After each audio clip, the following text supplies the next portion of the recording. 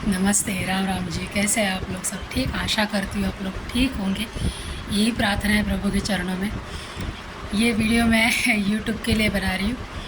मैंने 2 दिन पहले इंस्टाग्राम पे जो वीडियो डाली थी कि जो ग्रंथों के ज्ञाती होते हैं उन्हें भगवान मिलते हैं, हम जैसे अनपढ़ लोगों को क्या भगवान मिलते हैं या नहीं मिलते। मैंने सवाल किया था, लेकिन मैं इतनी इमोशनल हो गई, मैं रोना शुरू कर दिया मैंने।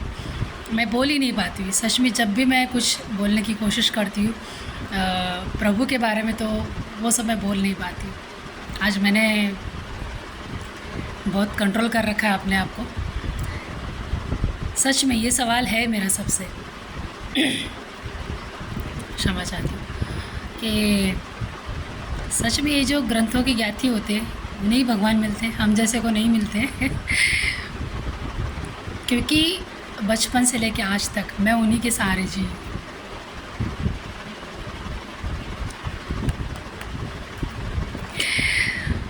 माता नहीं है, पिता नहीं है, भाई नहीं है, कोई नहीं है। रिश्तेदार बहुत है, जितने सर पे बाल नहीं है ना उतने रिश्तेदार हैं। लेकिन सच कहती हूँ आपको, अगर माता पिता नहीं है ना तो तीनों जगत का राजा भी भिखारी। क्षमा चाहती हूँ, ऐसा कहते हैं और ये बात सच है कि मेरा बचपन बड़ा गंदा गुजरा है क्योंकि माँ नहीं थी।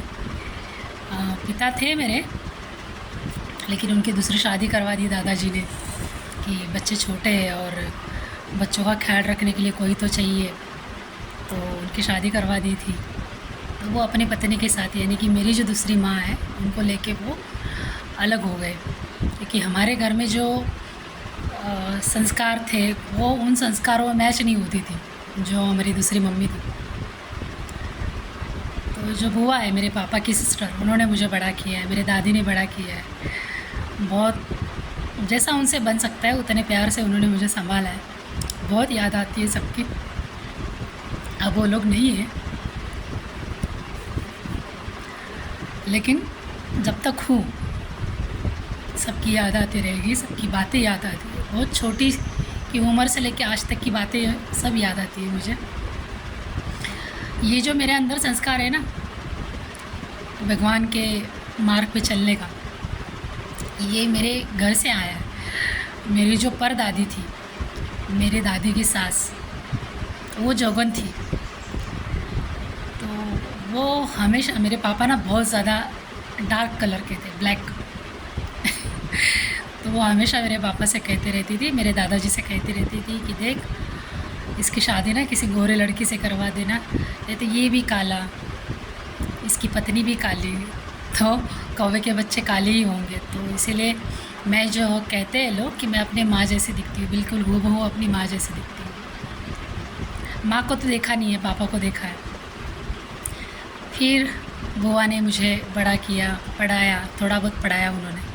उनके जो बेटे थे वो मुझे पढ़ने नहीं देते थे, मेरी किताबें जला के फेंक देते थे, खाना नहीं देते थे। बुआ नहीं ऐसी करती थी, उनके बच्चे ऐसे करते थे, बहुत मारते थे। धीरे धीरे सब कहानी बताऊंगी।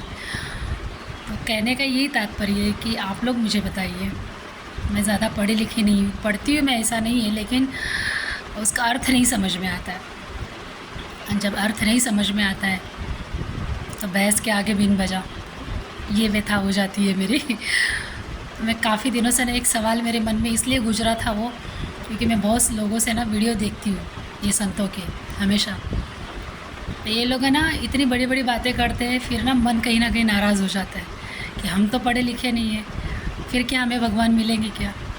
हम तो किसी ग्रंथों के बारे में नहीं जानते, कुछ भी नहीं जानते, ना वेदों के बारे में जानते हैं, बस नाम जप जानते हैं। और कहते भी है ना कि राम नाम इतना पवित्र है, राम नाम इतना पवित्र है कि अगर वाल्मीकि सुधर सकता है तो हम क्या चीज़ है ना? हम तो सीधे मार्ग पे चलने वाले इंसान हैं। तो यही आप लोगों से विनती है कि ऐसा क्या करना चाहिए, भगवान मुझे नहीं, मैं भगवान को मिल जाऊँ।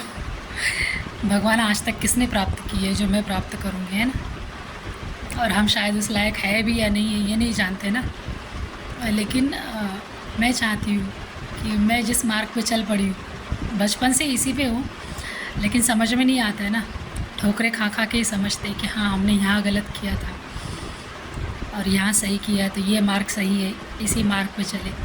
मार्ग तो चुन लिया, लेकिन मंजिल मिलेगी कि नहीं ये पता नहीं, और मिले ना मिले कोई फ़र्क नहीं पड़ता है। लेकिन फिर भी बिना आस के तो कोई नहीं चलता है, और मुझे लगता है धीरे धीरे ये आस भी मर जाएगी, है ना। तो आप लोगों से जो मैंने सवाल किया है, कृपया करके मुझे बताइए कि ये जो रास्ता मैंने चुना है, मैं मंजिल तक पहुंच पाऊंगी या नहीं पाऊंगी। आशा करती हूँ कि आप मेरी बातें समझ चुके होंगे और मुझे जवाब ज़रूर देंगे। यूट्यूब पे ज़्यादा वीडियो नहीं डाल पाती हूँ मैं, बहुत कम समय मिलता है मुझे। देखिए अभी सारे काम पड़े हैं दिवाली के, समय निकाल के मैंने सोचा 1-2-3 मिनट का वीडियो बना लूँ, तो ये बना दी है वीडियो। इस पे यूट्यूब पे वीडियो डालने का एक ही मेरा ये है कि मुझे समय ज़्यादा मिलता है, इसके लिए भी मुझे अलग से वीडियो शूट करनी पड़ती है मोबाइल पे ही। मेरे पास अलग से कोई कैमरा नहीं है, इसे मैं शूट करती हूँ और फिर मैं इसे अपलोड, क्या डाउनलोड बोलते हैं वो करती हूँ वो भी नहीं बोलना आता है मुझे। आशा करती हूँ कि आप मेरी भावनाओं को समझ के मुझे जवाब देंगे। बहुत बहुत धन्यवाद इतना समय दिया मुझे सुनने के लिए। और जितने भी यूट्यूब पे जो मुझे कमेंट करते हैं, मैं उन्हें धन्यवाद नहीं कह पाती हूँ, तो वीडियो के माध्यम से भी आपको धन्यवाद कहती हूँ सबको, क्योंकि वहाँ पे जो आता है ना लिखित, वो मुझे नहीं करना आता है। तो प्लीज़ आप समझिए, और यही से मेरा धन्यवाद है जो आप अपना लीजिए। बहुत बहुत धन्यवाद मुझे समय देने के लिए। अगली वीडियो में फिर जब भी समय मिलेगा ज़रूर आपके लिए वीडियो बनाऊंगी। आपका कोई सवाल हो तो ज़रूर पूछिए मुझसे, अगर मैं दे पाऊँ तो ज़रूर दूँगी। धन्यवाद।